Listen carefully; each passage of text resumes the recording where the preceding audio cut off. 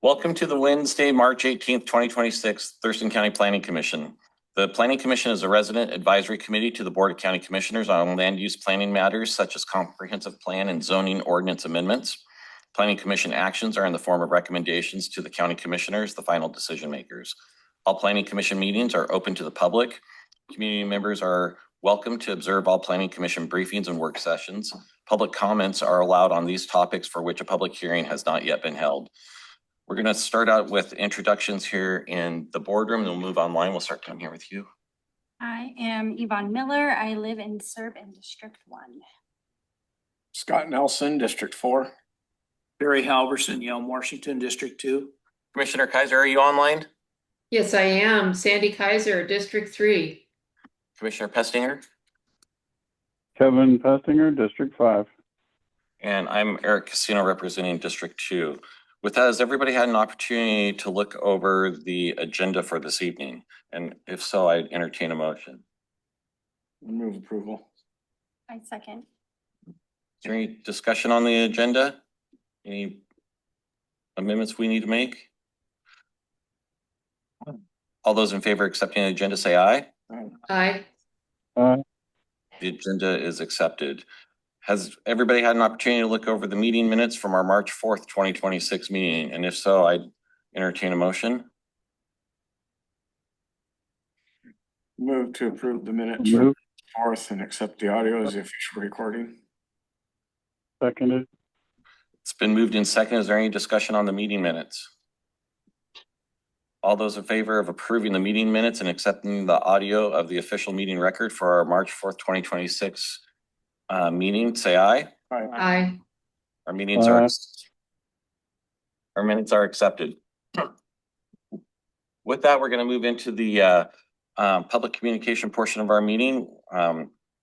We'll start here in the boardroom, and you'll have 3 minutes. If you tell us what part of the county, who you are and what part of the county you're in, we'd appreciate it. And are we going to start with Ms. White? Yes.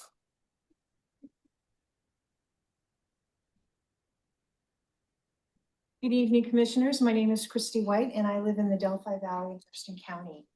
I just wanted to reiterate what I had mentioned at the last Planning Commission meeting as we go through the chapters of the Critical Areas Ordinance, that 10 item checkoff list that I left with you, that as you look at the chapters as they come forth, to remember, to look at the structure and content, how it was, and what has changed, and so that you know what those differences are so that we're meeting the objectives for that.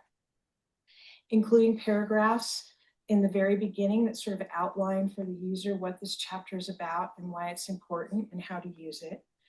That it's in language that we can all understand for the lay person, not only for a citizen, individual, but for developers as well. Also making sure that the best available science that we have available is there for us it's included in the chapter. Incorporate our community input as we come and give it to you, as well as what we're providing to the staff who are working very hard to take all of our notes in, and there are a lot. Confirm that we've got climate projection information in there that's relevant and best available science. And take a look at water quality. That's a really important thing. How does water play into all of the Critical Areas Ordinance? And then net loss of habitat. We'll make sure that we're not creating something worse than what we already have. And that we've got language that's clear and not duplicative. And that you look at how it relates to the other chapters, how they cross over. And that the chapters are cohesive with each other.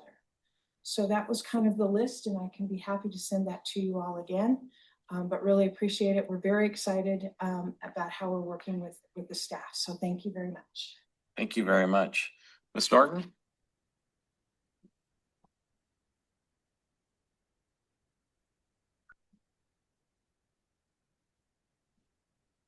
Hi, my name is Betsy Norton. I live in Olympia, and I echo everything that Christy said, and then I had a couple other comments. The only two pieces that I was able to look at, I looked a little bit at the CARA proposal, and I also looked at the roads update. So I just had a couple of comments on roadway construction. I would ask you to ensure in the code that any effluent from construction, including washing water, is properly disposed of, both by the contractor, the main people who work for the county, and whoever you contract with. I'd ask you to add to the road standards the need for any road that's over a stream or a wetland or near any kind of salmon habitat to add bioswales and look at ecology's best management practices to reduce 6 ppd and add that to the road standards. And then third, I would ask you to, in the road standards, to try and design it so that you meet multimodal priorities as well as driver priorities. A lot of times the roads are designed specifically for efficiency of vehicles, and they need to be designed also for people and for bikes and for rolling people. And I think if you don't put that in the design, it doesn't come out. And I would just urge you not to do the multi roundabout thing, like the one they have in Trosper Road and Capitol Boulevard. Please don't do that again. And I would say also for the CARAs, just in response, this sort of echoing what Christy said, please put climate change in there. I would expect to see all of the buffers increased. I would expect to see, all kinds of stuff put in there in terms of elevation and redrawing maps and redrawing shorelines and taking into account the county as it will be in 50 years after climate change, because that's how long these built structures are going to last. And you need them to be in the right spot for what it's going to be as opposed to what it is. So I think that's really it. I have a few more comments and I'll just drop them off with one of you. Thank you. Thank you very much. Does anybody else in the boardroom want to add to public comment? Okay, we'll move online to Ms. Sepinen.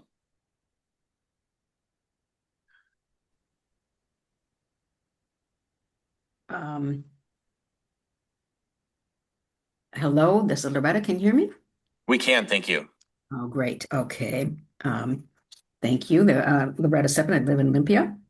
On the frequently flooded areas, I'm not going to make any comments tonight, and I hope that you will allow for continued discussion next meeting. Those of us in the community didn't get the red line version until sometime on Monday morning. So I haven't, I'll pipe up next time. Critical Aquifer Recharge Areas. My big request is a repeat. In the very first meeting, I talked about the choice that Snohomish County makes in their CAO, and that was to start with purpose, as our chapter does, and then to have a process requirements section that comes right after that, and that puts the things that our county puts into a different chapter 24. So it's in the CAO, chapter 2435, and that's the stuff that Snohomish calls processes. It's about the reviews that will occur in the things that are required that the applicants submit. And I ask that you ask staff to plan for simultaneous review of those chapter 2435 for the future wetlands and do that before July 1st, do that when we do wetlands in April, and do that when we do the habitat in June, I believe it is, in May, I believe that is, okay. And I would ask also the staff to follow that Snohomish model for this chapter right now, to bring in the requirements for the hydrogeological, boy, that's a hard word to say, report, and the damage and erosion control report and mitigation, and bring them into the next version of the Critical Aquifer Recharge Area. that we will see, rather than waiting until July to even have a chance to see those particular topics. Okay. There are a couple of one small thing in the CARA on page 7, item C. I believe that's at the bottom of the page. The text says that staff can sometimes override the table, that use table, and disallow development that would have been allowed by the table in consultation with experts. And they can do that when there's a risk to groundwater. I'm really happy that there's good eyes looking at groundwater and going to protect it. But the wording implies that staff don't have to explain their rationale when they make this no-go decision. And I'd ask you to ask staff to just justify in writing any time when they're going to do something contradictory to what's in the table about uses. And then in Caroline Beach, I don't have time to talk about it, but there's not enough in Caroline Beach in the geohazard chapter on the landside chapter. It needs to have information about Caroline Beach that's just as much detailed as the Nisqually Bluff information. And it needs to tell us whether you can or cannot have new housing in Caroline Beach, which I believe you can't. And it needs to tell us if that also applies to Hunter Point, which in some documents I read has the same landslide capacity as Caroline Beach and has had landslides. Thank you very much. Thank you. Is there anybody else online that would like to address the planning commission or in the room? Okay, well, we'll refer back to staff and see if they want to debrief any of our public communications from this evening. Back to the front of the list. So I think there are a couple, important things to hit on. I think we heard both this time and last time about Christy, Ms. White's checklist. I think there's some really solid guidance in there. And I think as we move forward, I think it would be easier to talk about how things like climate and water quality and loss of habitat functions or values, be easier to discuss that probably than to like have it written in or somehow like kind of peel it out of the code packages that we're writing. Because for example, best available science is like this big body of things that we compile at the beginning of a process, and it informs the work that we do. So we could speak to things that we've changed based on like emerging science, things like that. The climate information is gonna vary from critical area to critical area. That's gonna be really kind of specific. But I'm gonna speak a little bit to Ms. Norton's comment about climate as well. I think the protections that we're writing into the critical areas, those should be deeply informed by future climate scenarios, best available science. We've incorporated that a lot into the work that we've already done. So I would say that the work that we're doing does begin to address that, maybe not as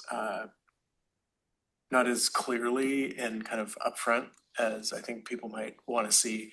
I don't think we like hang a lantern on it, for example, where we're making a change based on that best available science. I'm going to defer on roadway standards and not try and answer any questions for our public works folks.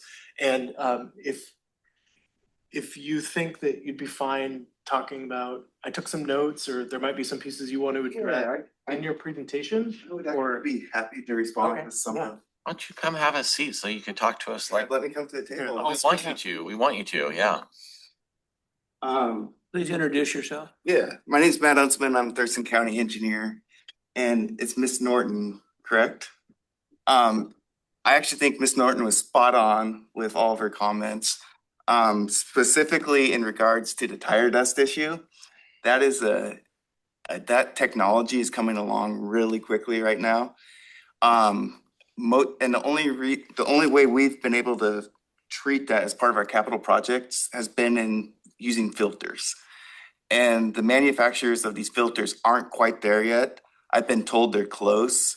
King County has been able to get there by blending a mix of soils together and putting it along their roadways. We haven't got to that point yet. We're looking for some of those manufacturers of the filters to develop a filter that will specifically remove tire dust. So that's something we're really excited about. I mean, we're very proud of our fish passage program. And that kind of goes hand in hand with addressing tire dust, which is proven to be very detrimental to fish. In regards to multimodal, amen. We follow in the urban growth. Oh, sorry. No, go ahead. No, go on. In the urban growth, we follow the applicable city, whether it's Lacey, whether it's Olympia, whether it's Tumwater, and they all require bike lanes. They all require pedestrian lightings along the streets. Obviously, in the county, when you get on some of those, like Bald Hill Road or Steamboat Island Road, some of those 50-mile-an-hour roads, it becomes a bit more challenging to provide those multimodal facilities. But we do try to provide wider shoulders for the bicyclists. You had something else, and I don't remember. I should have written them down. I'm sorry. No more double roundabouts. You can't blame us on that.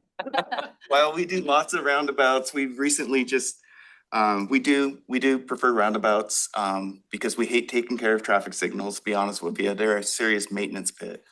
But we've recently installed roundabouts at Yale Meridian. We installed them at Marvin and 19th. We just finished one at Johnson Point and Hawks Prairie.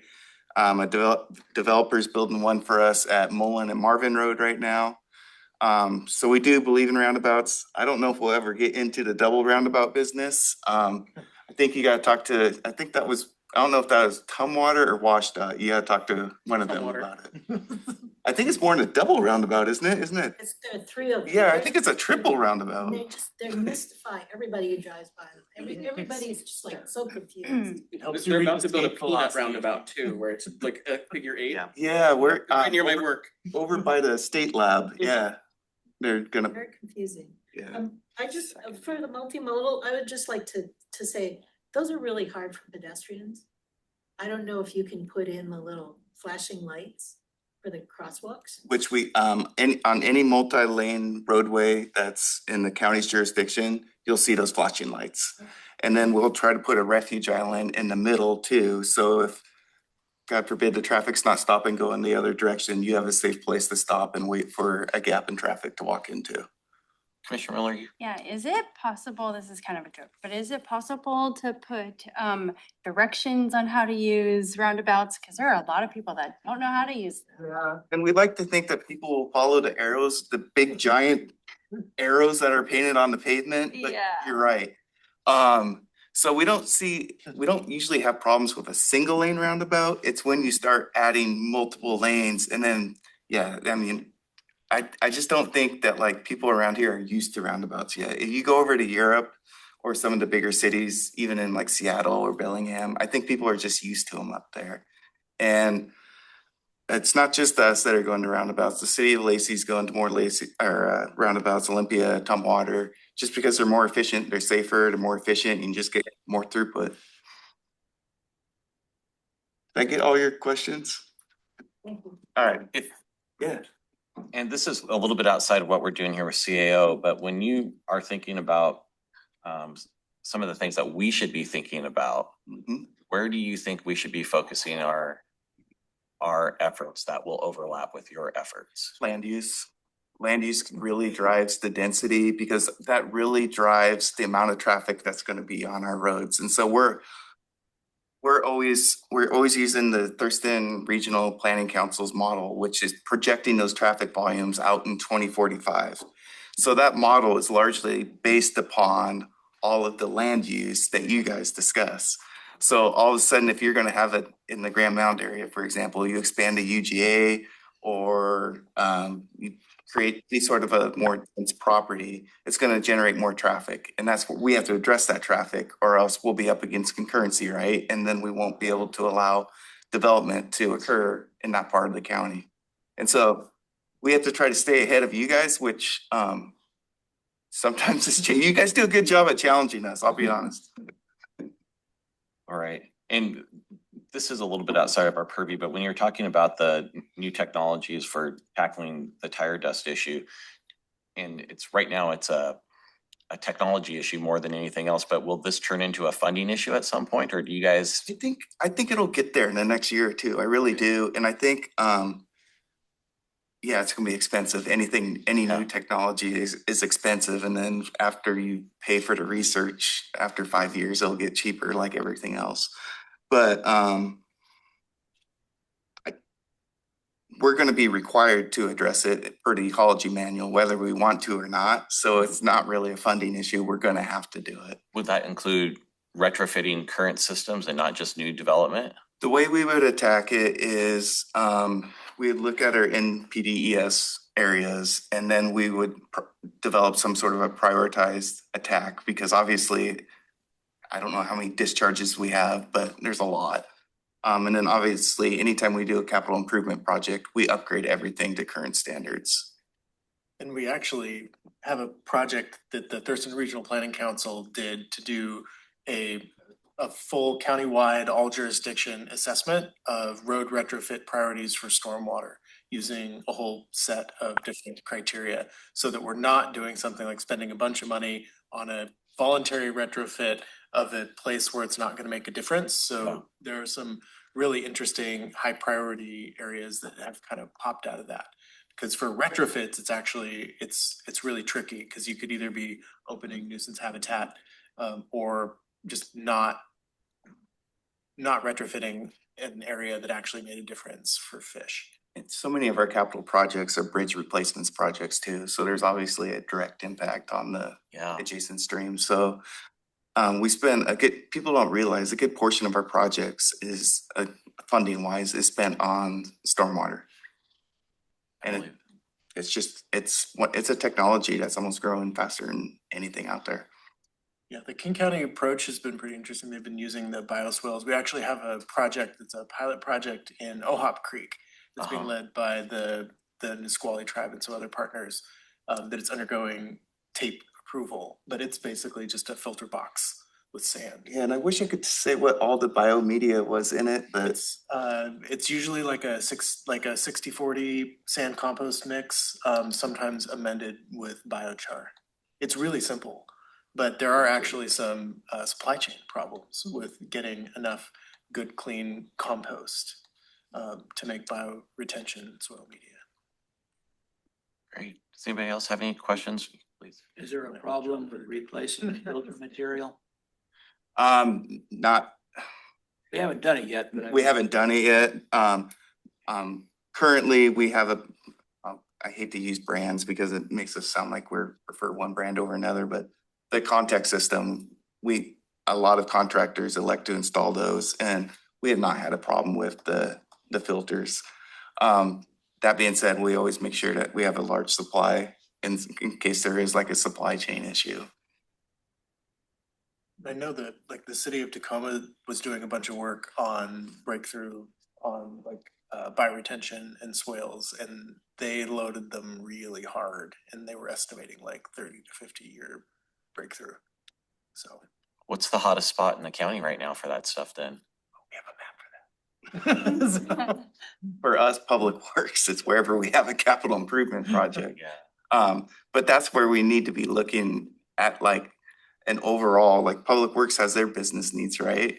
Planning has their business needs, and we need to be looking for those projects that are gonna overlap and address multiple business needs as part of one project. Yeah, the TRPC mapping project actually, like it does some work to identify where you've got like high traffic and like a level of connectivity to receiving waters.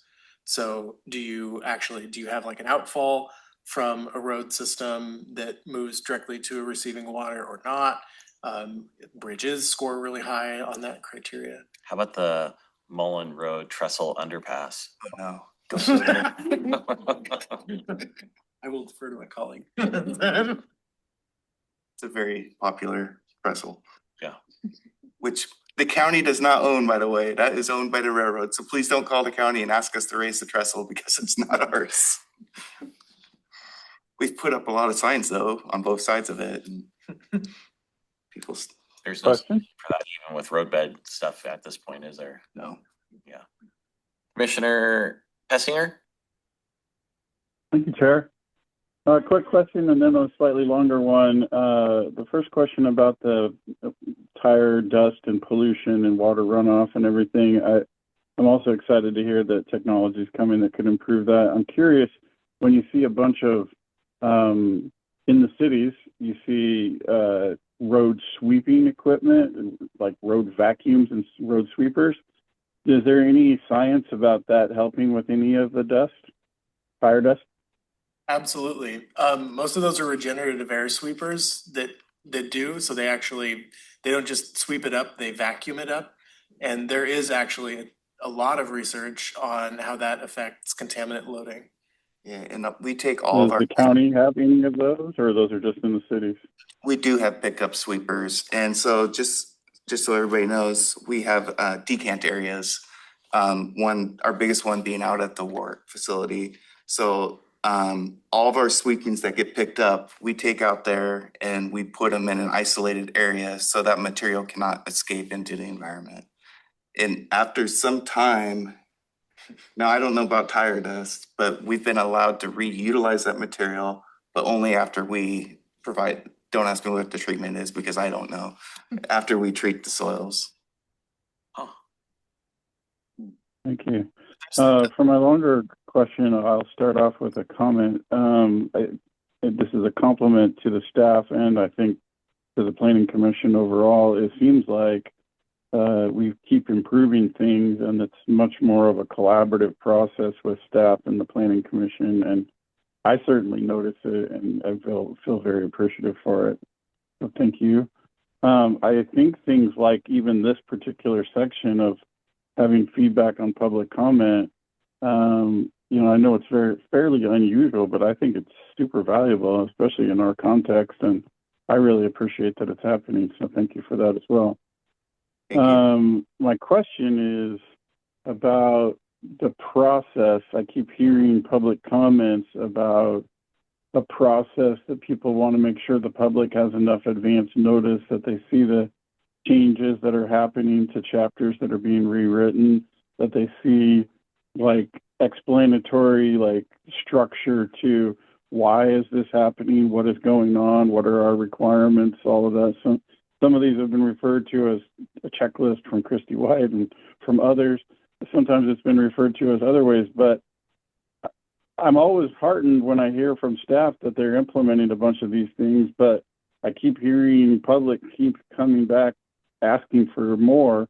Are we still making progress with that? And do we still have quite a bit more to do, or how far along are we? But I certainly agree. I would like to see us have a very clear process where we know, for example, we have X amount of time or X number of meetings when we get new stuff that we're reviewing before we're going to vote on it. So we have a time period to get comment from the public. We have a time period to get questions and answers for ourselves and research things more ourselves. And we then know when we should expect to vote on which things.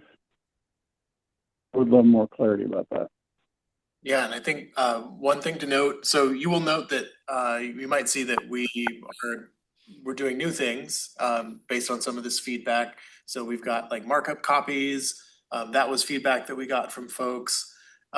We also, Claire have you already shared it or will be sharing your timeline?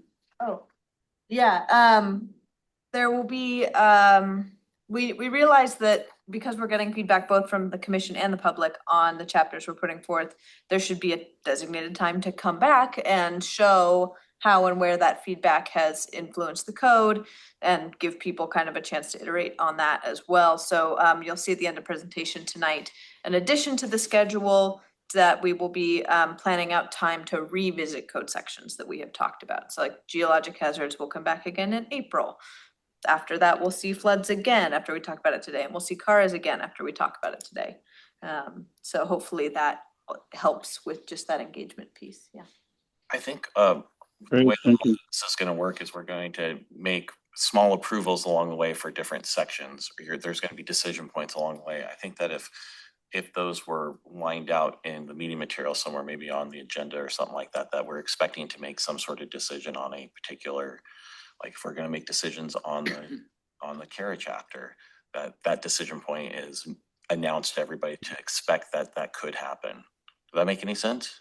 I think the way that it's written now, weren't expecting any like end of the line recommendation decisions until we have the full public hearing draft and there's been a public hearing. Yeah, well, I mean, when you're preparing the public hearing draft, like when we were doing the SMP or even the comp plan, you know, it's a big enough document that we would take it in chunks and we would then, you know, give a thumbs up for a particular chapter of the comp plan, say, and for the public hearing copy. And I think that if we knew that, because we'll have 3 or 4 meetings, work sessions on like CARAs before we actually make a decision on what's going to go forward for the public hearing copy. Is that right? We're hoping that Yeah. not, that won't be the case. I'm just The saying. conversations, the idea behind the way it's set up, and this is subject to change if it's not what you all are expecting. The idea with the way that the current schedule is set up is that we have a lot of time to talk and iterate essentially in advance. And that's also the intent of bringing the codes back again in the schedule to continue that iteration process. And then there is just a big public hearing draft, and any final issues get worked out in that public hearing format. But hopefully there aren't that many because we have done this process of talking through the drafts as they were written the whole time.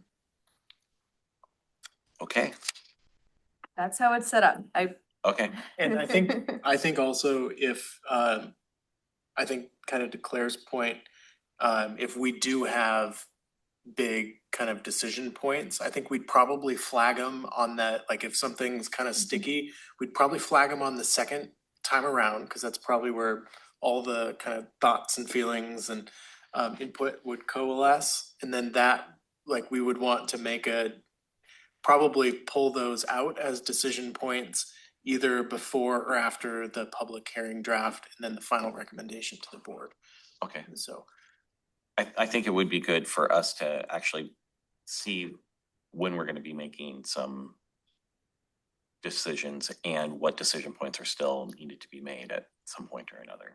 yeah, and I I think think that'll be easiest to determine once we're at a point where most of the chapters have come back for their second round, so that we know, like, say we bring back geologic hazard areas in a couple of meetings and we've incorporated feedback and everyone's super happy with it, which would be awesome, obviously.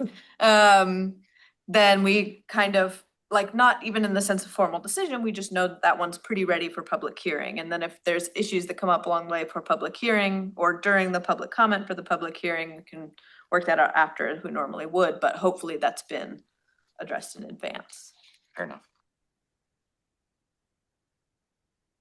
All right. And then I think there were a couple, I don't think we've really hit on Ms. Seppinen's comments. I just want to mention that there are pluses and minuses to having separate kind of administrative procedures. So that's a 6 of one, half dozen of another kind of a project there. There are reasons to do it both ways, I would say. Specifically on some of on page 7, item C that Ms. Seppinen raised on the override based on expert opinion. I think I struggle to imagine a world where we wouldn't justify that in writing, because if we didn't, it would fall apart as soon as somebody challenged it.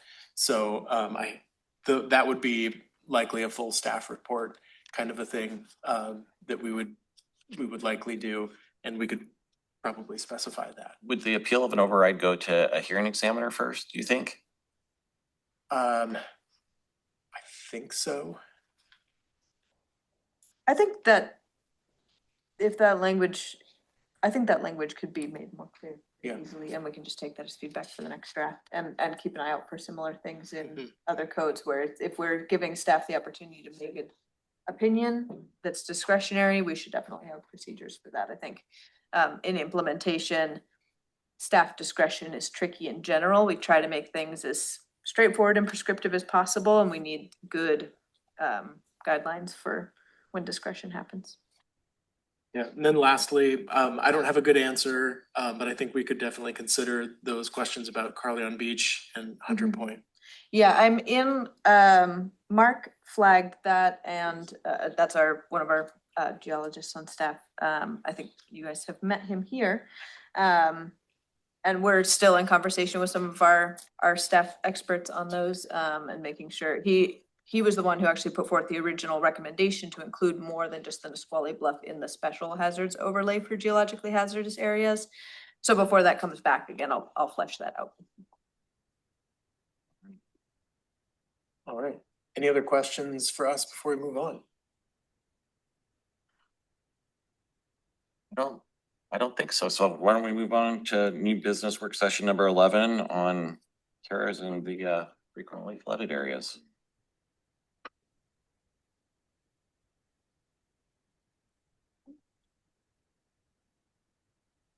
I have a question for the chair. Is it possible to have our past and our future commissioner from Barker I asked him. to come join us? You guys really want to?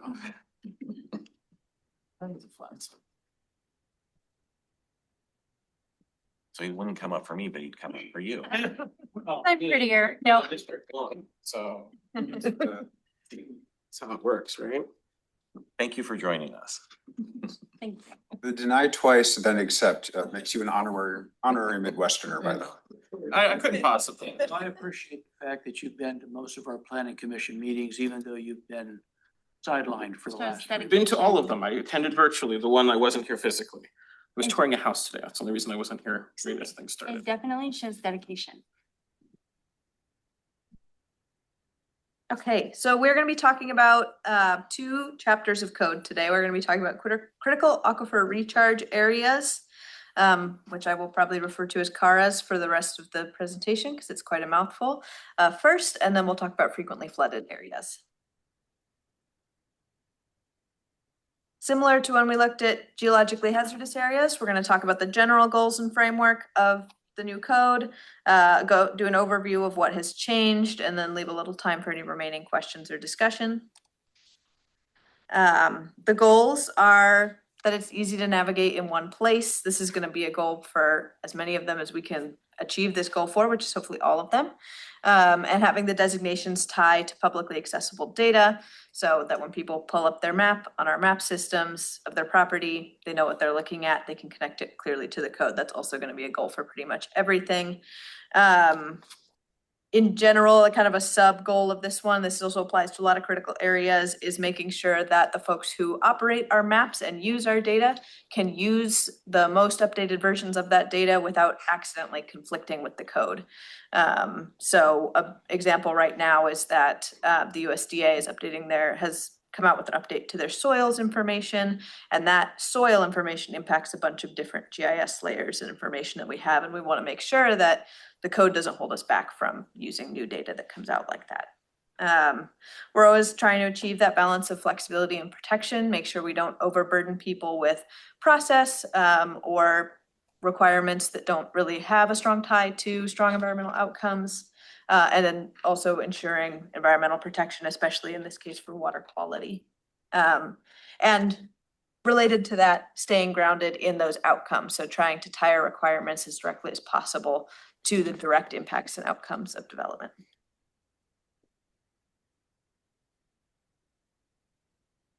Similar to geologically hazardous areas, the designations and the standards are in one place, so there's a little bit of extra explanation of what counts as a critical aquifer recharge area, making sure that's clear and upfront.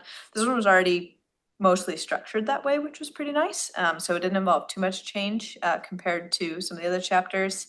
And then, like I said, making sure the code can easily be implemented by our geodata folks. So easy to reflect in our mapping and use the most updated data that we can. With that in mind, we've removed tables that won't be consistent with some new data.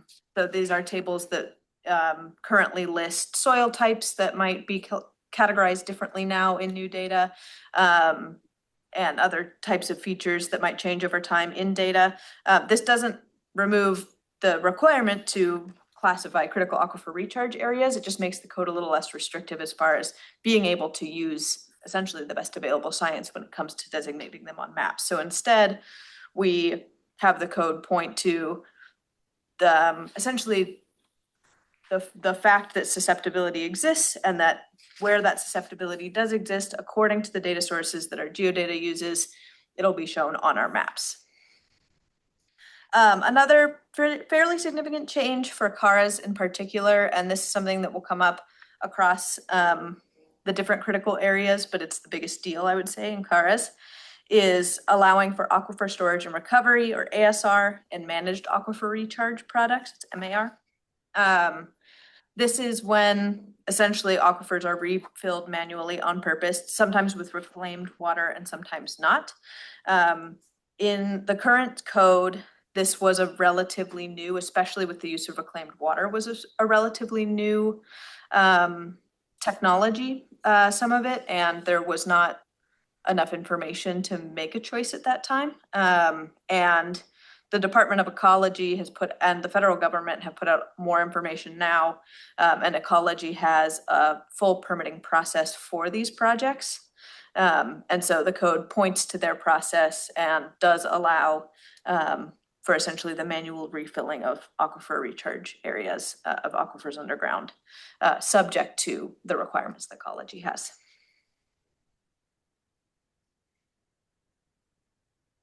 And for points left to discuss, the first one is we're currently developing code for battery energy storage systems.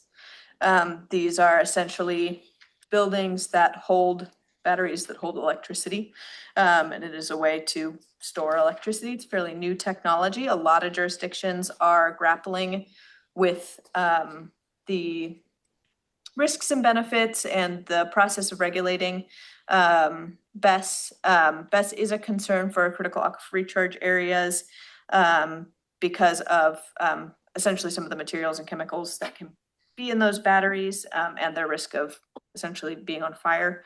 That is the major risk associated with BESS.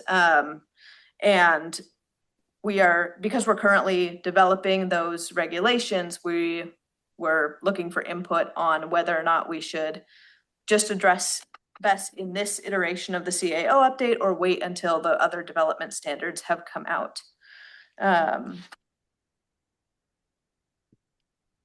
So that's one question. The next one is, are there any additional concerns about the use of reclaimed water to recharge aquifers, managed aquifer recharge, aquifer storage and recovery projects?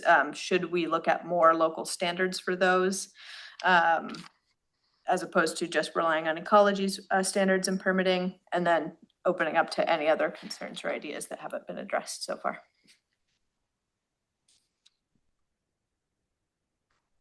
Commissioner Halverson. Yeah, Claire, is the, I don't know who wants to have this question, but is the county hazardous waste facility gonna get involved with BESS? I don't know. I have no idea. So, in what way are you thinking? For displacement of batteries, old batteries and recycled batteries and that kind of stuff. It would seem that would be the place in the county that would be the best way to handle it. And other than creating a whole new organization, I don't know what the county's thinking of when they talk about that. Or how, that's a solid / hazardous waste question. I'm not sure. It is a solid waste and hazardous waste question. That's why I'm asking if that's where this is gonna dovetail into. My initial thought is the size and scale of best facilities probably outstrips the county's local capacity to manage the waste from them. Then the question becomes, how is that gonna be handled? Good question. That's the question. And that's gotta be in whatever we adopt. You know, how are you gonna manage it? Yeah, I think that would be more specific to the best code that's being developed rather than the critical areas, because the critical areas would speak to whether or not the best essentially can be cited in certain areas, like whether or not you actually can or can't build it somewhere. And then the performance standards and management for how the facility is operated would fall under the more just standard development The code. bigger question is the state doesn't have a program for it, okay? It's becoming a bigger and bigger issue. I mean, even with NiCad batteries and everything else for disposal, you know, people are putting them in their trash cans instead of turning them into a recycle center. And that's causing a problem for our waste management folks. So I just think, you know, if we're gonna be looking at it, and we need to, someone needs to take on the hard question and answer that question as to, is the state going to take care of this? I doubt it. Or is each county with state assistance? Because otherwise, what you're gonna have is you're gonna have facilities being built. These batteries, like any type of battery, is going to become non-functional and have to be taken to some type of disposal. And it's better than having someone dump it along the side of the road, which I find all the time out in the county rural area. People have just dumped hazardous material out in the county roads.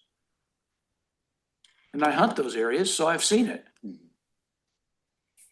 And there's also a question, if it is something that outstrips our capacity as a county, and it's not something that the state is going to deal with, then are there partnerships beyond the county or with other counties that we can do to get to the economy of scale that does allow us to process this?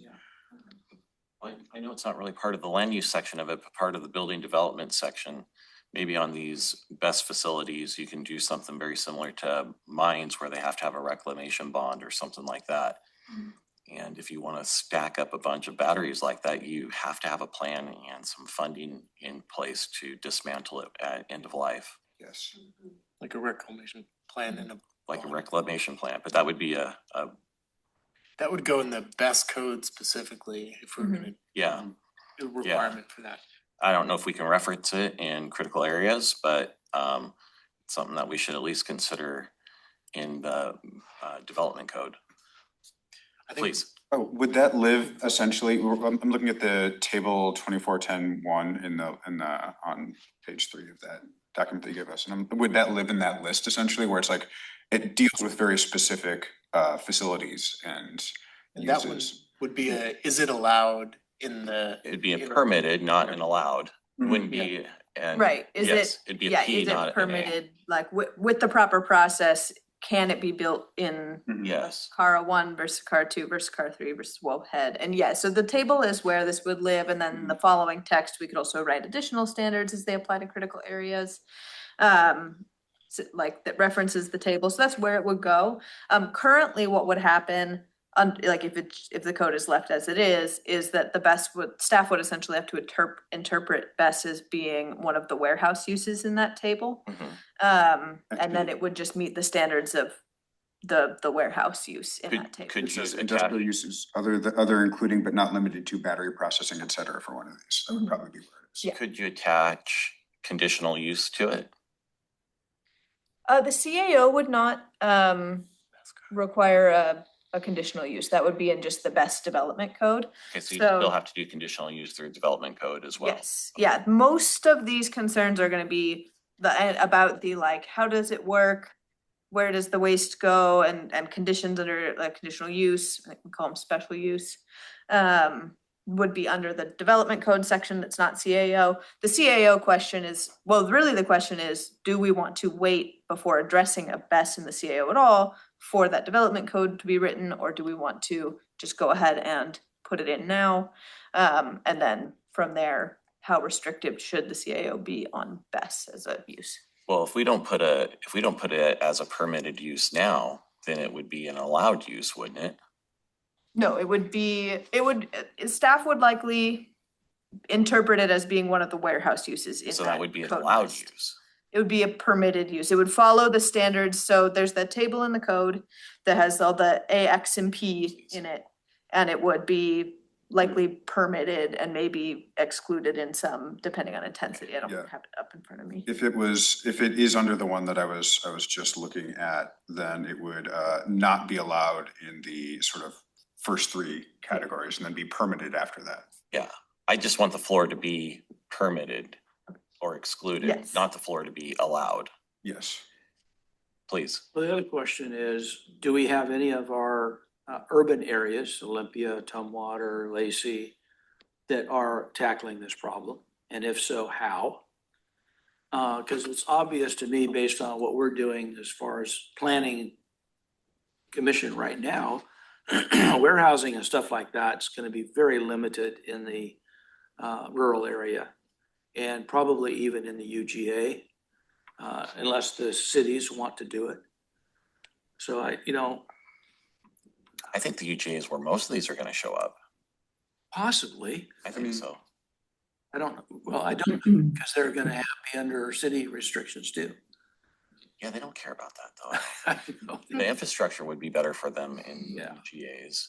And that's more concerning to me than anything. Well, Tumwater's talking about wanting to make a like green development and like a green industrial development corridor right where the plant used to be. Yeah, So that's already an area that is messy, that would be a good use for it if we could partner with them.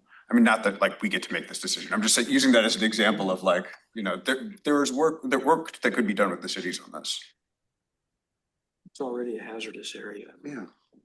Yeah, it'd be interesting to find out if the cities are doing anything with this at all. Yeah, we can look at. Yeah, that's easy to research. Yeah, it sounds like for now, bringing this back again, we'll put it in the table. We'll set the baseline as at least permitted. I agree generally that in the most sensitive ones, it's good to have it be restricted. And then also, as we've mentioned, we're hoping that this is the start of a critical areas ordinance that is touched more regularly than every 10 to 12 years. And so if the best code is adopted and there's something from that conversation that comes up that would apply to critical areas, we can always go back in and play with the standards or language as needed. My experience with that is usually the timeline doesn't shrink. Okay. It Yes, just doesn't. right, it doesn't, right. We would love it to, but it just usually doesn't happen. All right. Do we have any more questions on, or do you have more presentation on CARAs? That's it, unless there's any more discussion on here. Do we want to sub public works folks in for the moment? Yeah, Oh, yeah, sure. So you all can. yeah, we're gonna change this up a little bit and bring you up now instead of later, so that way you don't have to sit all night and listen to us. Appreciate it. So we're gonna come back to frequently flooded areas in a bit, but we're gonna jump ahead to the public works section on road standards. So we can hear from staff again and let them go on with their day.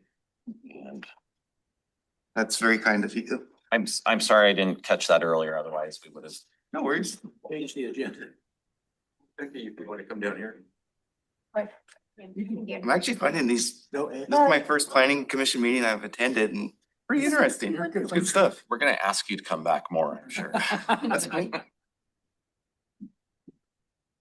All right. You got it, Sandy? Introduce. Am I doing something? I was just muting. Whatever. Who can fire up do they have a presentation for road standards? It's on our website. If you give me a moment, I can try to do that. If you join from the planning commission agenda on the website, I believe if Andy's up at that computer, he can promote you to a panelist. We have someone who's online. Oh, I thought Corey was doing it, but I think Corey already left, didn't you? So I can. Yes, Andy, you should be able to, once Matt logs in, I was just gonna pull it's on the planning commission website, so I could If just. you wanna drive Yes. Andy, that would too. oh, okay. We'll see who gets there first. Yeah. it won't be me, don't. Oh, yeah, if you're logged in, then you're good to go. Well, folks are chatting about, they're working on that. When we revisit, the critical aquifer recharge, there are two categories I'm interested in adding, and those detailed lists, and we've talked about it before, but, like detention centers, penitentiaries, and data centers, since those are Okay. two issues that are coming up a lot. And I've had some feedback from folks about that. So I'd like us to discuss those. While we're waiting to pull this up, if you guys wouldn't mind introducing yourselves for the public, we'd appreciate it. Yeah, for sure. So again, my name's Matt Huntsman, Thurston County Engineer, and I'm joined with Todd Mason. He's our Development Review Manager, and then Becky Kahn is our County Traffic Engineer. Thank you for allowing us to present our proposed update in regards to Thurston County updates. This code or these road standards haven't been updated since 2017. So you guys were talking about your code. Our codes don't get updated as frequently as they probably should as well. I won't go into specifics because I don't want to steal Todd's thunder, but this meeting is really the beginning of 2 months of outreach for these updates. We plan on meeting with stakeholders such as Olympia Master Builders, contractors, developers, engineers, and local agencies, just to name a few, or really anybody who's going to be affected by these road standards. This presentation is meant to be a very high-level, concise presentation. We could go into a lot more detail, but you wouldn't enjoy it. But feel free to stop us, ask any questions. We won't be offended. With that, I'll turn it over to Mr. Todd Mason to go ahead and continue with our presentation. And if you could go to the next slide, Andrew. So road standards, so you guys are probably familiar with it, but it is required by RCW, part of the county road system and governance. So the road standards historically have been basically the standards from which developers end up building by. Of course, we want it to be in alignment with our capital projects too, and that's been kind of one of the efforts in our updates that are coming up, having a little bit more alignment there. So my department's development review, we review all the private projects coming in. And so we rely heavily on the road standards. As Matt said, 2017 was the last update. There was some minor revisions in 2018. And it's held pretty good, but we're seeing more. I mean, we're going through a new permitting system. So it's going to be online, and we need more of a presence online too with our road standards, and a lot easier for the developers to go in, look at individual chapters, be able to pull the standard notes, standard details, and all of that. Also, with RC or with the state, with Complete Streets, talking about multimodal transportation. So we're pulling that in, recognizing that. One of the things, and we'll get through, we'll see some of the other changes in here, but like down in Grand Mound, their arterial road sections historically have had bike lanes. We're also putting those bike lanes in the lower categories with the collectors. So for that multimodal. Next slide. Just kind of a quick overview of what does a road standard include. And so these are the different chapters. One thing that we've also done is we've reshaped kind of all the categories, all the chapters of the road standards, because when we're looking at the existing ones, you take driveways. There's particulars about driveways in chapter 5 and in chapter 6 and in chapter 9. And so it's like, hey, let's get this all formatted. So a lot of the major changes that you're going to see in the new road standards are a lot of formatting stuff. But for overview, there's introduction, general conditions, plan format, road types, geometrics, as you can see on here. And the next slide. and retaining walls, bridges. We don't have a lot of private developers doing bridges when it comes to projects. Usually critical areas will keep them away from that, rightfully so. The bridge standards in here, what we see more of is with single family residents or a private road where maybe they're crossing a small stream. But and a lot of times what we're really seeing with the bridges is when people need to update. Because there's instances where the emergency services goes out and goes, yeah, we're not going across that old railroad, car bridge anymore. So drainage was brought up. Drainage standards thankfully have been updated, and we're actually starting a new drainage manual update now. And so that's happens like probably like 2 to 3 years. Yes. Does that fall under stormwater as well? Do they reference each other and do they sync? Well, what we do in the road standards is heavily reference the drainage manual. We'll have some details within our road standards when it comes to structures, for outfalls and such, but all the regulatory stuff on treatment standards, everything else, we're keeping in the stormwater standards or stormwater manual. Okay, so there'll be a direct link not only to stormwater, but also to the CAO when we talk about bridges and drainage areas. Referenced, yes. There should be. Okay. If there's not, there will be. Right. And utility section, that's with utility companies most of the time just running cable down the shoulders of the road. And that's where it gets really tough is with utilities is because you see all these little patches all over and it just, nothing irritates me more than to do a brand new project. And then 6 months later, a utility company comes in and says, oh, we want to open cut your pavement. And it's like, come on, I mean, you got to do a little bit more foresight than that. You're going to, and that's where we have the ability to say, hey, you're not going to trench our road. We're going to require you to bore underneath of it.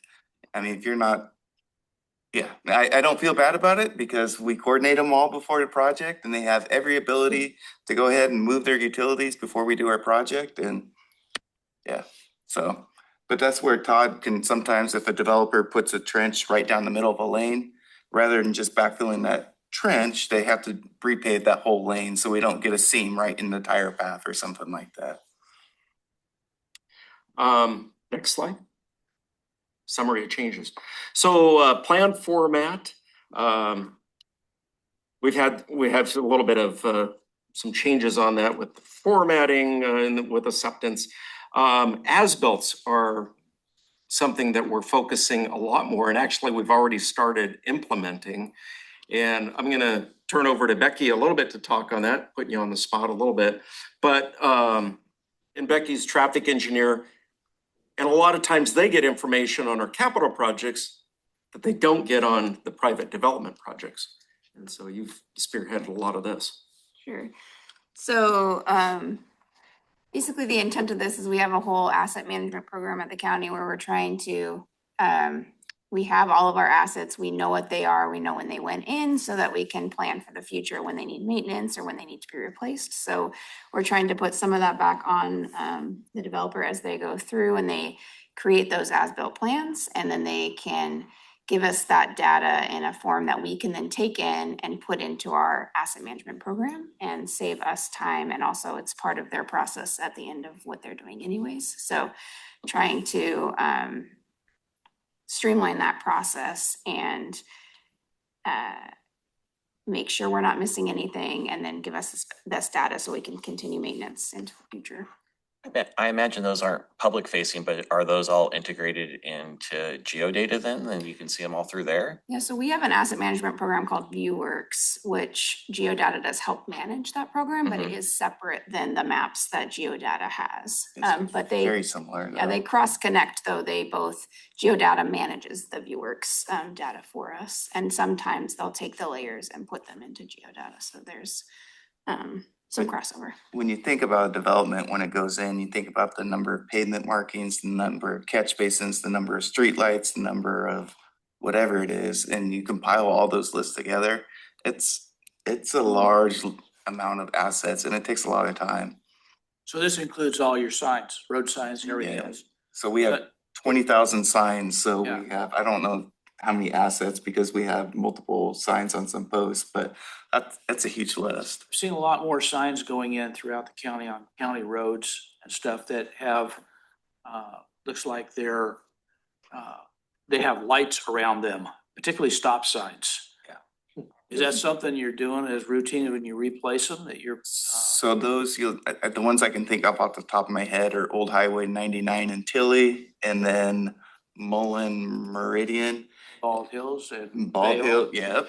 And the reason is because those locations have very high accident rates, specifically where the collisions resulted in serious injury or even fatal. Okay, so that's where you're putting those kind of Yeah. changes in, is those We locations? try to limit the amount just because you don't want to put too many or else they just become background noise to the traveling public.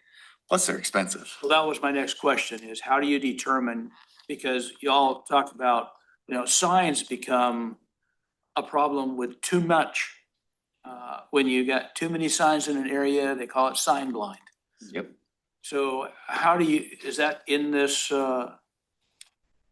document you're putting together on? So signs are a unique animal. They're governed by something called the Manual of the Uniform, how quickly I forget, I was a former traffic engineer. Manual of Unified Traffic Control Devices. And it's actually a federal document that the state has actually adopted that manual by law.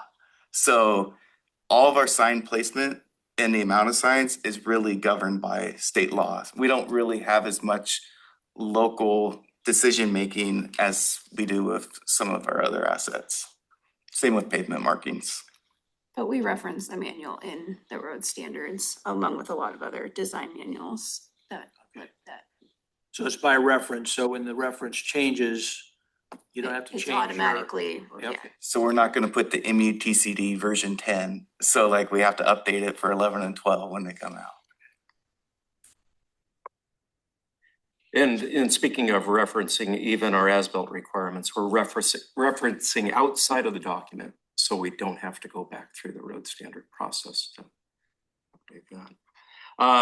Road types and geometrics, so we're gonna be encouraging more of the roadside planter strips for stormwater.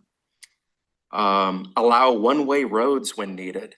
So we don't have that currently in the standards, but there's situations, especially topographically, that maybe it makes sense to have them separated in one-way road up here and the other way down below or something. Give it a little bit more flexibility on it, so they're not just doing some mass grading and have to put in that road section that's typically required. Yeah, this seems like the appropriate place for it. You'd mentioned protected bike areas before, and I did just want to emphasize that that is something that tends to be used as a dense urban situation. It's something that people usually think about in the downtowns.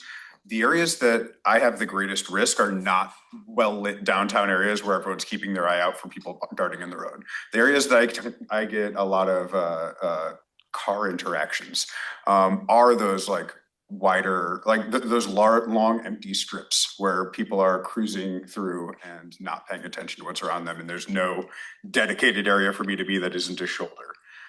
So that would be my feedback for that, is that I would like some more protection in areas that are a little bit where I'm likelier to be run off the road and disappear. Sure. I mean, just to make sure I understand what you're saying, so you're saying on a stretch of Old Highway 99 or Little Rock Road, where it's not really downtown, but it's used by bicyclists. Why we may not have bike lanes, you're just saying, hey, as long as I have a wide enough shoulder to utilize. And wide enough reflective shoulder would be great. A wide enough shoulder, and it's kept clean, because a lot of the times there's a shoulder there, but there's gravel and glass and everything else all over it. Exactly my problem, yeah. And then I am glad to see the roadside planter strips on here. I have noticed myself, when I'm doing herping and birding, that those little wetlands that we create in these contexts where we're putting in drainage actually are, and maybe this is problematic in some contexts, but they're actually very good corridor, or they're very good like habitat. They're microhabitat that is I've seen used by a lot of species of interest here. So it's something that we've talked a lot about, things that form that have multiple uses, and I would encourage planter strips that would fill that function. Okay. Mr. Mason, I was just as a thumbnail, how much of the work that do you do on plan review that is like, how much of it is UGAs and Grand Mound versus fully rural, do you think? That's a good question. When it comes to the road standards, then, well, probably I'm gonna guess that 80 to 85% of our projects right now are in the UGAs. In the rural areas, where our review comes in, for the most part, is like large lot subdivisions. And, we're seeing a lot of those here recently out Bald Hills Road and 5-acre lots. And so we'll review those for the applicable road sections there. In our rural areas for residential development or anything, typically doesn't trigger any kind of road frontage improvements.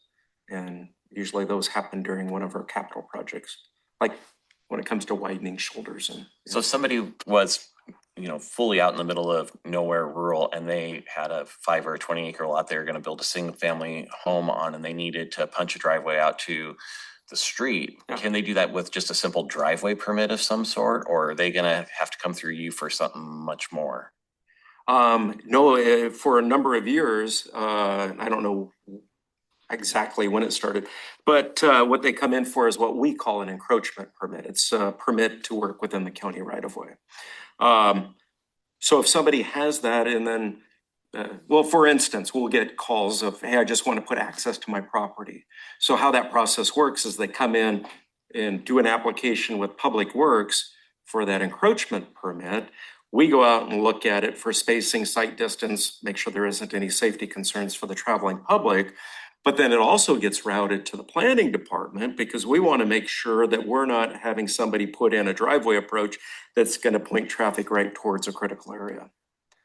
So that's kind of two-part. But most of the time what we'll see is people coming in for a single family residential permit, and then all the entire site's reviewed by the planning department, and the driveway is part of our review, looking also at stormwater concerns and others. Is that encroachment permit tied to use specifically, or is it generalized? Like if it's just going to be single family home, is that the same permit as if it's going to be a working farm that has 30 trucks a day pulling through it? So we have 3 different categories on it. So we'll have the single family, we'll have basically a shared driveway or private road, and then we have a commercial industrial. And then it also depends on the type of road that it's connecting up to.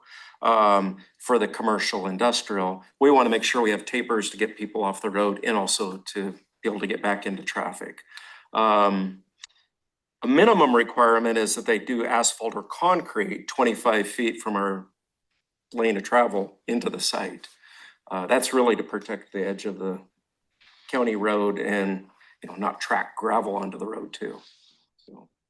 Commissioner Miller? Yeah, I have a question for road types and geometrics. On the bottom, it says trail crossing. I know other countries, they have like crossing for wildlife. Has there been any kind of discussion for like wildlife crossing? Because there's a lot of like little wildlife that gets hit by cars and stuff like that. The state has started to do that, and they're called Becky, we looked into it once with Trevin a long time ago. I think they're called wildlife corridors.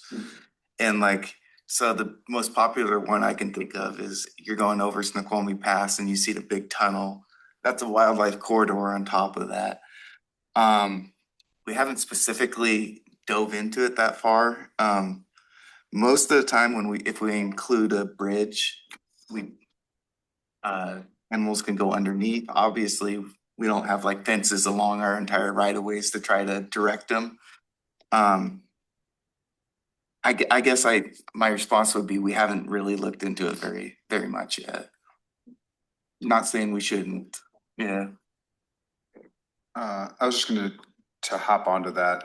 A lot of the issues that we deal with small wildlife out here are like with gophers, for example, are actually going under rather than over, or amphibians. And that's actually a lot lower of a barrier when it comes to the kinds of retrofits that we're doing. You're not having to like loop over. It's basically just another tunnel or another drainage area. But which I'm not just. I know exactly how much of a pain in the butt that is, but it might be something that is able to be incorporated within that side of it. Matt touched earlier on roundabout islands and the refuge for the pedestrians.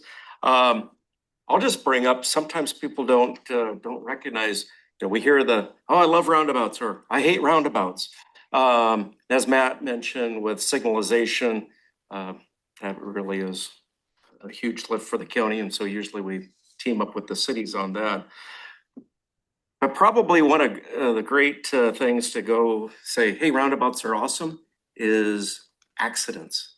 And so the general public doesn't always recognize that when you have a signalized intersection or faraway stop or whatever it might be, that's where you get the T-bone accidents. And so with the roundabouts, you're already getting people a little bit at an angle. They can still hit, but they're going to hit at an angle. And so it's a huge safety part too. Yeah, people look at them and are like, I have so many like near misses on here, and like I'm really frustrated about that, and they're not realizing a lot of their near misses would have been hits in other contexts. Okay. Like they're paying more attention because it's inconvenient. I'm gonna record that. On the record. Yeah. And I talked about the concrete and the roundabout islands. So we're looking at some stamped concrete, other items. It's this blend between aesthetics and maintenance, because of course county crews have to get out and maintain in the circles. So.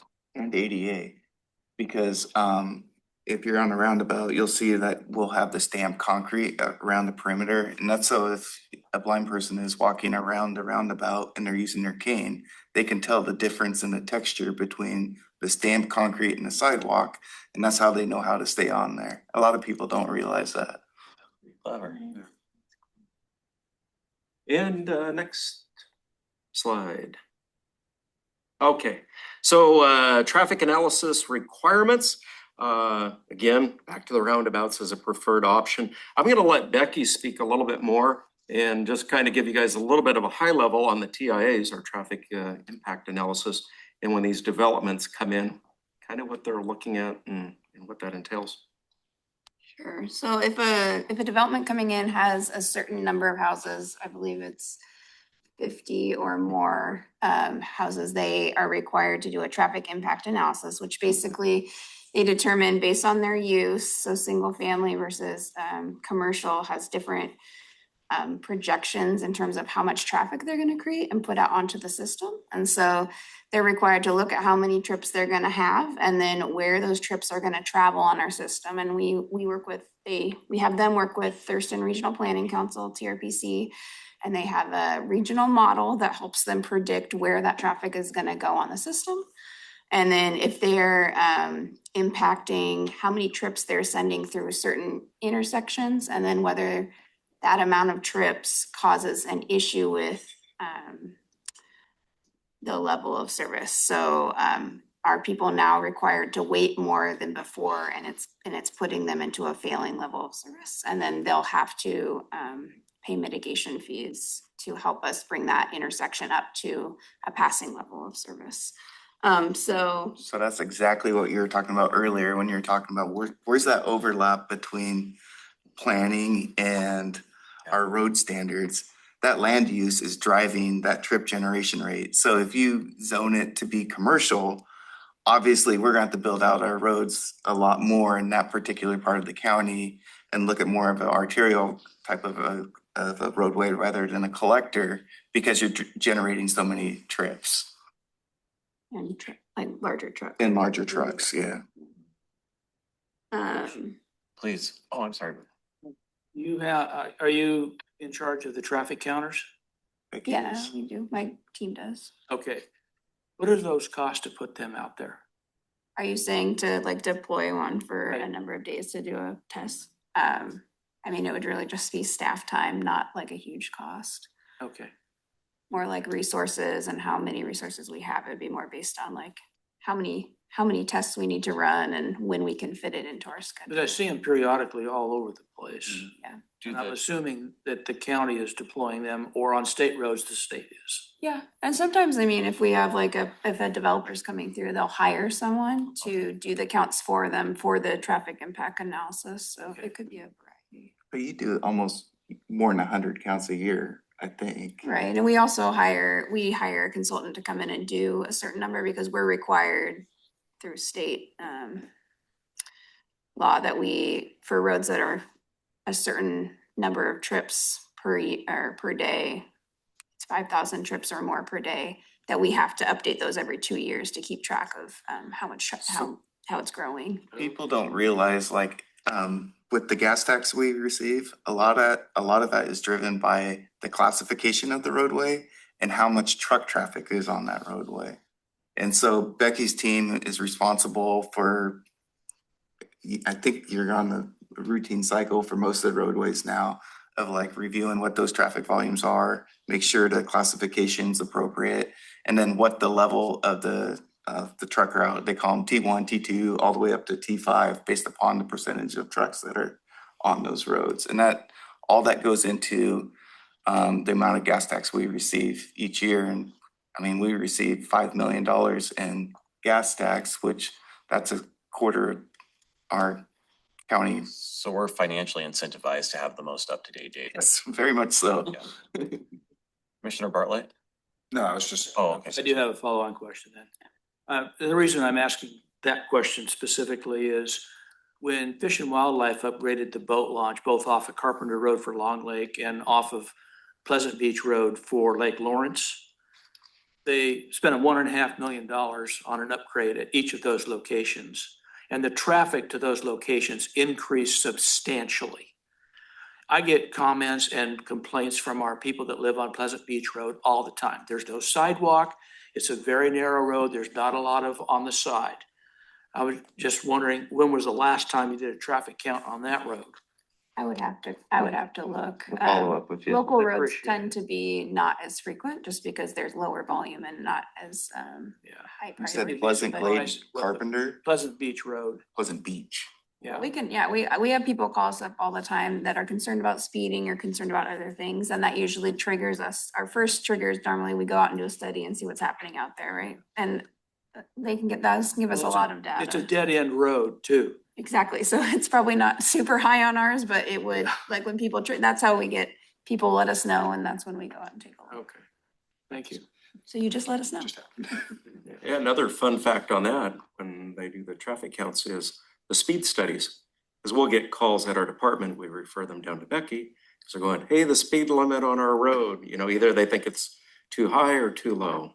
And so that's part of the studies that they'll do there. And we can do targeted enforcement. So if you got some jerk that's doing 80 miles an hour every night at 8:05, we can get hold of our roads deputy. Well, our county sheriff lives out there, so he takes care of that. Lucky. Getting a little bit out of our lane here, but well, no, and I want to actually continue it a little bit if you don't mind us beating up on you on tangential stuff. But a couple of cycles ago, when we were doing CIP stuff, we got some new funding for some new roundabouts that actually came through this board, and they were two of them were in Thurston County, and one of them was just on the other side of the river on 510. And it always perplexed me why we were doing all of those roundabouts, but not the one at St. Clair Cutoff, 510, and Old Pacific Highway. That feels like the most dangerous intersection in the county. And I don't know if that's on your list of capital improvements, but I'm glad you brought that up because we've done multiple roundabouts for the state. Mhm. The one you're talking about, I think you're talking about the one we're doing at Vale on 507 right now. No, I'm talking about by the old watershed or the artesian wells right down there where you come through Nisqually. Oh, it's by Old Old Pacific. Old Pacific, and those are both our roads. Yeah. So we do have a roundabout planned right there. Oh, you do? You're talking about Old Pacific and Coleman? No. No, He's no. kind of talking about, that's a state intersection. It's at 510 and Old Pacific. Oh, the other end. Yeah. Yeah. I got you. Because I know Coleman's on your list. Coleman is on But there. you're just doing a pull out for that, not a roundabout, right? That's a roundabout. Oh, a full roundabout there. Yeah. It's wasting a roundabout. It needs to go down. It's interesting. We do quite a few roundabouts for the state. We did the one at US 12 and Sargent down at Grand Mound. We're doing one at Vale and 507 right now. We got them the funding for Yelm Highway and 510, and then what was the other one right there? There's another one right there next to the casino somewhere that we got. Yeah. And that, honestly, that's where, I'm not gonna say it on camera. Well, if it's not fully your responsibility, maybe I'll just whine to the state Yeah, that I we think need it's, something that would there. be a state intersection, and I have not heard them talk about that one. But you're right, that is a bad intersection. They have Yeah. a couple more up in that area that I know they've been that talking about. because of that stop sign, you'll see traffic backed up a quarter to a third of a mile in the 5 o'clock hour there, which is a long way. You could wait at that light or at that stop sign for 15 minutes to get through. And Becky, the intelligent transportation systems. So this refers to our, like flashing beacons is what I like to call them. So what we were talking about earlier at roundabouts for the pedestrians when they can push the button and the beacons start to flash. That's one form of an ITS unit. I don't actually. do School interchange with zones. School zones. Sure. But just the requirements of where those go in and what exactly we utilize in the county. And the next one, the clear zones, we're trying to make it more clear what the clear zones are. And so typically that's 10 feet off of the travel way if there's not a curb gutter section. And one of the challenges we face in public works is people putting hard objects within the clear zones. And so we need to have a safe area where if there is an errant vehicle going off the asphalt, that they don't come to an abrupt stop with large boulders is what people like to put in. Or we'll also watch out for the mailboxes that, people think, oh, let's put a big old steel mailbox in there to keep it from getting hit. Well, that's not really good for cars or motorcyclists. So. Or bikes. Or bikes, yes. Another thing that we added that we've had some issues with on our private roads that connect into the public roads is garbage day. And so suddenly you end up, and you probably appreciate it as a cyclist, you're right along and all of a sudden here's all these garbage cans and you have to go out into traffic to get around. And we have it also happen at the end of cul-de-sacs. So now it's like, okay, developers, figure out an area set aside where the trucks can pick up that garbage and not interfere with the traffic. So. That's clever. Yeah, we've had a few years to take notes as the calls come in. Let's put that in there. Bridges, that's just basically updating the design criteria, which has changed in the last 10 years. Construction control and inspection. We were already in the process of substantially increasing our construction control and inspection processes on our private developments. Putting it a lot more in alignment or pretty much direct alignment with our capital projects because the developers build the roads, we have to end up maintaining them into perpetuity when they become public roads. And so they haven't always had the same amount of testing for materials and as our capital projects, it's like there's no sense to that. So, and we haven't really had much pushback at all from the contractors on it. It's kind of expected. And also, as you had brought up earlier, when it comes to areas for washout and such during the construction. paying a lot more attention to that. We cover that in our pre-construction meetings now. And it used to be real informal construction meetings out on the sites. Now they come in here and we sit down, we go over the plans, people from all the departments. It's very structured of what we're going to cover. So we're seeing some improvements there too, which are covered in the standards. Right now we're starting the outreach of the standards, and then it'll be public hearing. Oh, you already beat me to it. Thank you. And then the public hearing around June is what we'll be looking at. So we're hoping to have a little bit more interaction with you guys. Again, tonight was just kind of, hey, here's where we're at on this process and kind of the large overview, but I'm sure there'll be questions come up as And the draft are happening. The draft update is available up on our website. We're sending out postcards with links to our website, to just trying to build that stakeholder list and get it out there to as many people as we can. Do you get pretty good response for your public outreach? You get a lot of people interested that's outside of the building community, like just interested citizens and not so much industry folks? We do get citizen on like our capital projects for sure. And it really depends on the project. In our more UGA areas, we tend to get a lot more comments just because there's more drivers that are impacted. But yeah, we do get pretty good feedback. Commissioner Alverson? Yeah, I was gonna recommend that we put a link to that on the planning commission website. We'll take you up on that.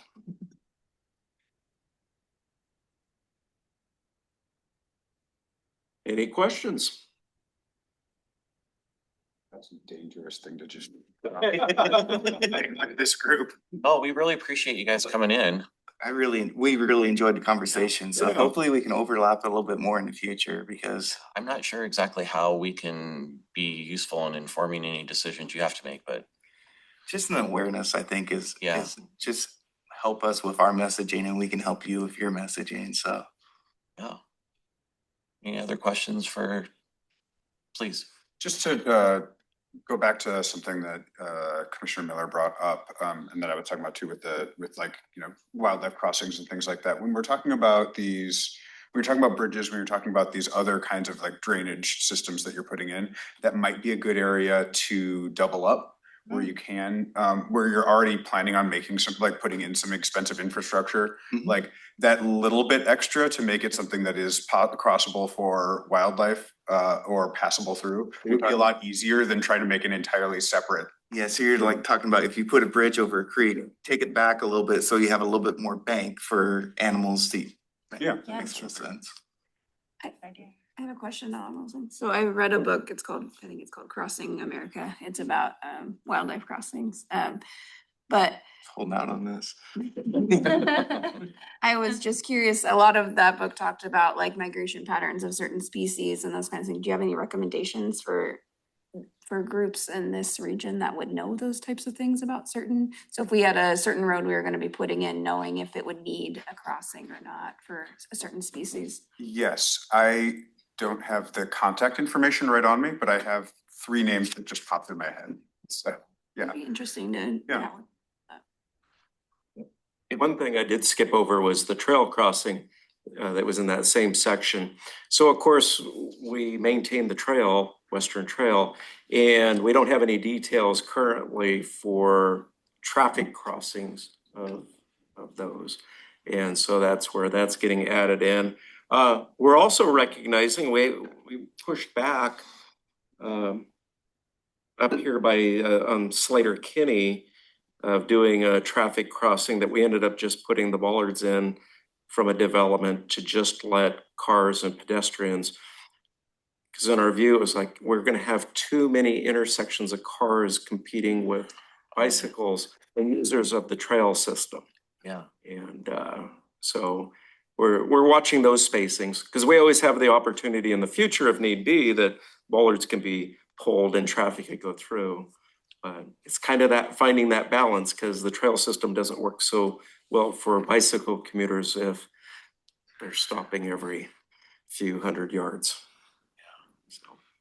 I got one last one for you, and you might not be able to answer this one, but when you're looking at growth projections, you're probably using the same data that we see that comes to CPED that's probably coming from TRPC or something. TRPC, the 2045 model.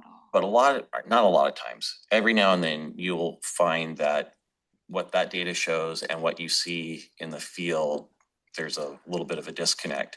And so there's probably some growth challenges that are not reflected in that data. Where are you seeing those growth challenges?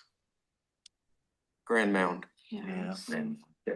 Or any area that's like developing super rapidly where Yeah. it's just, Lacey urban growth. yeah, at least. That south side of Lacey or Yeah. more The Marvin Mullen area is getting a lot of Nolan, development going but on. not so much on the north end of Lacey. Yeah.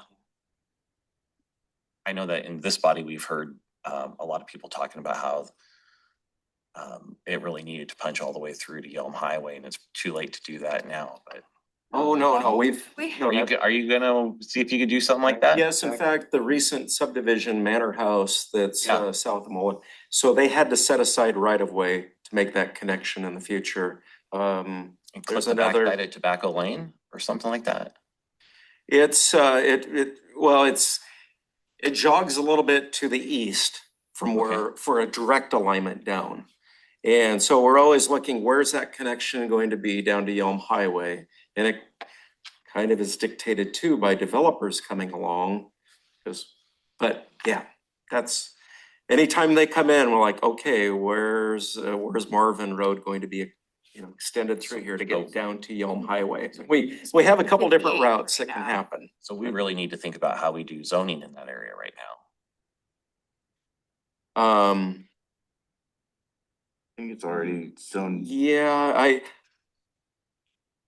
I guess that could come into play. Because most of that's already outside of the UGA, so that's all low density zoning down there still. The UGA actually goes all the way down to Yelm Highway. Does it connect to Yelm? I thought it stopped at 58. It goes all, because the Yelm corner is at Meridian. Yelm Meridian. Right. So any of them that come and talk about it, then. But yeah, they've already Okay, set we aside gotta a go lot on of there. right away. Right, that's Yeah, we fantastic. almost have it to 58. It's 58 to Yelm Highway. That is the next connection. Super cool. Change your name tag to Eric Geodata Casino. Thanks again for Yeah, coming thank you in. for We're really allowing glad us that you to- showed up. Thank you. We're gonna return to an earlier item on our agenda for the frequently flooded area update code review, and I think we're bringing Claire back for that one, aren't we? Thank you, Andrew. Thanks again, folks. Yeah. Thank you.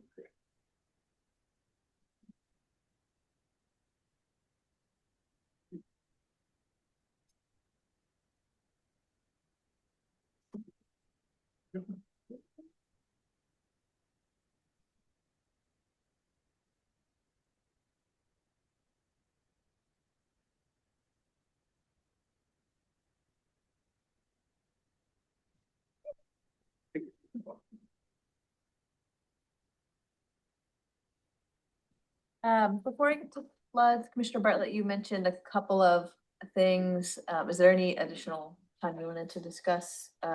Honestly, given the time, it's something I'm happy to come back to.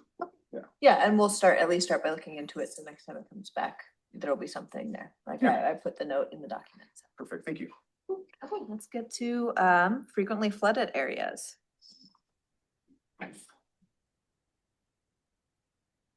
Okay, just like we just did, we'll run through the goals and framework, overview of the changes, and any remaining questions and discussion. The goals, some of these will probably look familiar, easy to navigate in one place, balance of flexibility and protection. With floods, additionally, we are complying with external standards that come from places like FEMA, the National Flood Insurance Program, and that community rating system. If you were at the meeting before this, you heard some conversation about that. The community rating system is the discount on flood insurance. The NFIP allows people to participate in those flood insurance requirements that are required for things like federal mortgages. And FEMA makes all of, or most of, the flood maps that we use and has requirements for how floods are managed. We try and keep all the requirements that we put people through grounded in positive environmental and safety outcomes, and as always reflect the best available data and science. Again, we're trying to keep most of the designations and standards in one place so that it's easy for people to read through the chapter of the code and understand what they're going to have to comply with. Additionally, we need to make sure that our code complies with the federal requirements. That includes flood insurance, CRS. We're trying to make sure we maintain that high CRS score. We also need to comply and stay aligned with another chapter of our own code.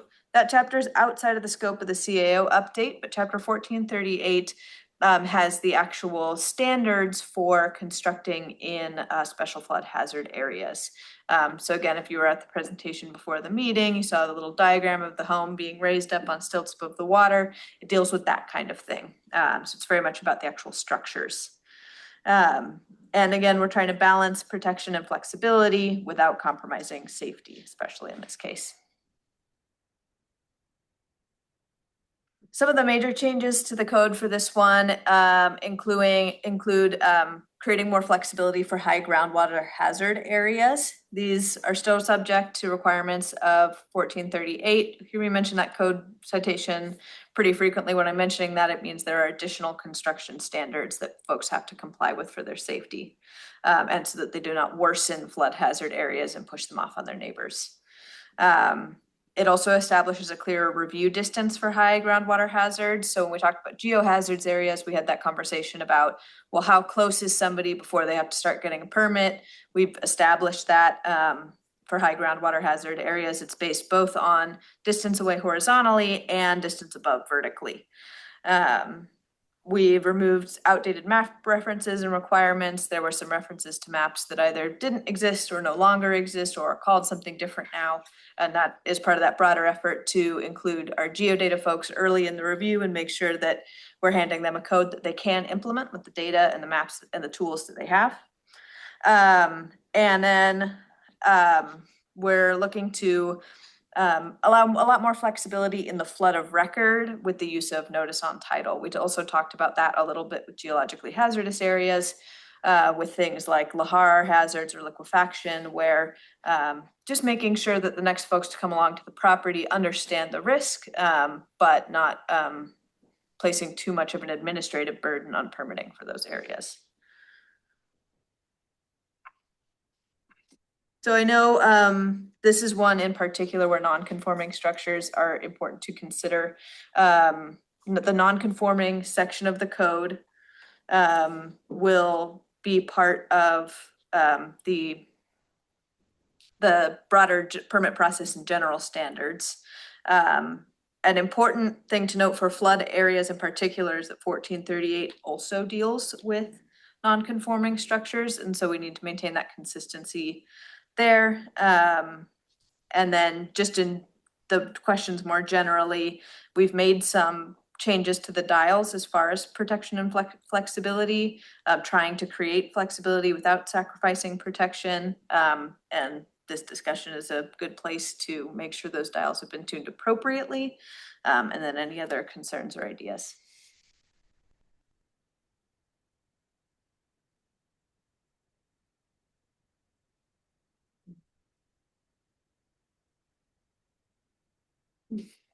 Does anybody have anything for Claire on this particular piece?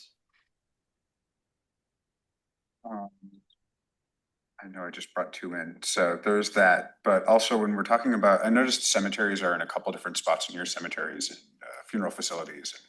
And like cremation is there's an exception, like, you know, like funeral facilities except for cremation, but crematories are never mentioned again, so I don't know what's going on with that. Mm-hmm. But I know that death care is something that is kind of evolving pretty rapidly right now. And we're moving a lot more towards, like, this area specifically, there's a lot more like human composting facilities and things like that that are coming up. I know that's like a big, like that and natural burials are kind of like two areas that there isn't really any like specificity on. And it seems to me that those would have a different pollution risk and a different effect on the aquifer than a traditional cemetery. And it might be something worth separating out. Just a thought I had. Yeah, that is, yeah, we can look at that for the use tables. I can see that definitely, I think the intent, especially if I'm thinking of flood hazard areas and critical aquifer recharge areas, like the cemeteries are fairly unique, as far as the, especially the chemicals used for embalming and things like that, leaching, and then flood, you really don't want water in cemeteries. Exactly. Doesn't go good, but there's we can think about that. Well, and like one of the big dangers I've seen with flooding in cemeteries is, people coming back, yeah. And that is something that is not as much of a concern in this context where there isn't something to rise again.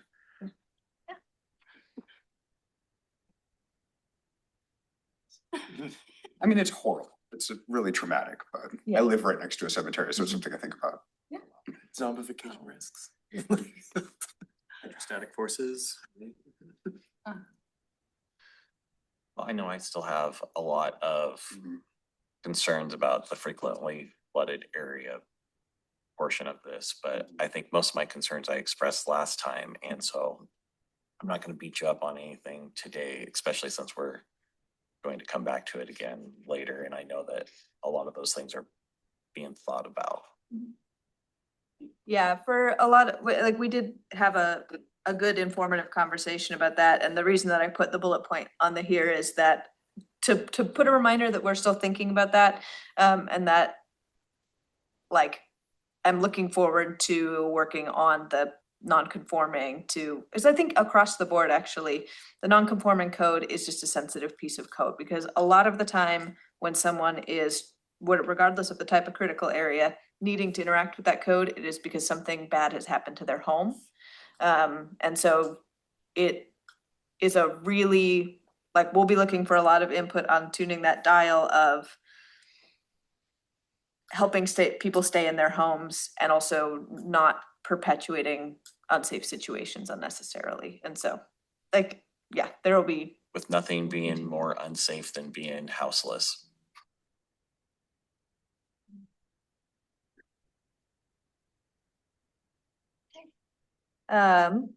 Here's the schedule that we talked about earlier.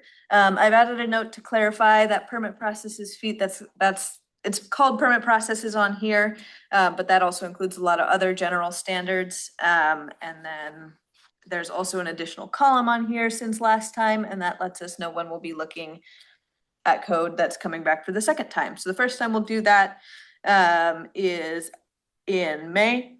We'll look at geohazards and then CARAs after that, frequently flooded areas after that. And then we added on a meeting in July to bring back the ones that are coming closer to the end. Any questions about the schedule? No. Andrew, did you have anything for us? All right. Thank you. Thank you. Thank you. Well, I guess that leaves us staff updates. I will start with a question that Commissioner Pessinger had from last time, which was the kind of the relative. I think he was looking for more specifics, but I talked to our geotech and about geotechnical reviews when we were talking about how it would change the number of reviews that the county would need to do for geotech. I talked to Mark Beaver, who does those on our team, and he corroborated the input that I gave you all as well, which was, his time is somewhere between like 3, maybe 6 of those a week that he's reviewing, and his assessment was qualitative, not quantitative, and he did say that it would be a substantial reduction in the number that he would review, and it wasn't his opinion that would present an undue safety risk, for example. So it's a good idea. I think Mark would love to have that time back. Well, we'd love to resource him somewhere else. I think he may be wasted on that project. He's very capable.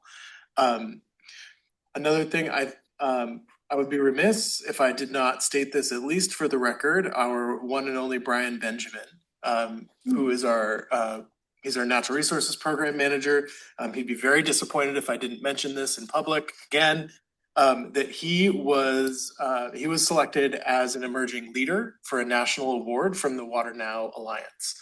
So that is something that he would be very disappointed if we didn't mention in public. Congratulations. Let's have that on the record. He's actually very humble. I joke. He would be very embarrassed to know that it has been mentioned again. He was recognized in the boardroom this morning by the county manager and the commissioners. But this is a big deal. This is on the back of the water resources program that we run here on Streamflow at the county. He does an exceptional job. I think this award does reflect that. Couple other things, Thurston County was selected as the municipal honoree for the Thurston Green Business Award. So we beat the cities, which is not usually happen. So, Of course you did. that is another laurel that the county has picked up recently. And then on May 6th, there's going to be a short course on local planning. The city of Tumwater is hosting it. We'll send information around. This is the Department of Commerce puts on this workshop on local planning. It's a short course. It's kind of the baseline, everything you need to know about local planning that the Department of Commerce does. It's valuable for planners. It's valuable for the Planning Commission. We'll go ahead and share that with you all. If we have 5 or more people who want to go, that would be a quorum and we'll want to notice it. So we'll need to get feedback on folks on whether or not they want to join that short course. I would highly suggest it. It's a really, really good resource. So it's not gonna be on Zoom. There is a Zoom option, but given that we can hold our meetings remotely, I think we'd still probably hit our. Well, noticing it's not a big deal. So. Just So we'll send out information on that. It'd be great to get a response. So we might even just want to assume that we're going to notice it. So. And that was it for my staff updates. Do you have anything else for Mandy or Claire that we want to mention? well, let's look at our calendars. I believe our next meeting is April 1st. And I know I'm not going to be here and Commissioner Kaiser will be running the meeting, but is there anybody else that's not expected to be here April 1st? Not as yet. And then after that, April 15th, do we have any expected absences from April 15th? All right. We have anything for the good of the order? I got one thing. On the 28th and April 4th, we'll be doing our annual calf tours at the farm. Oh. 10 to 1 for anybody that's interested. All right. Say those dates again. March 28th. March 28th. April 4th. So Saturdays. Yes. What time are you guys doing those? From 10 to 2? 10 to 1. 10 to 1.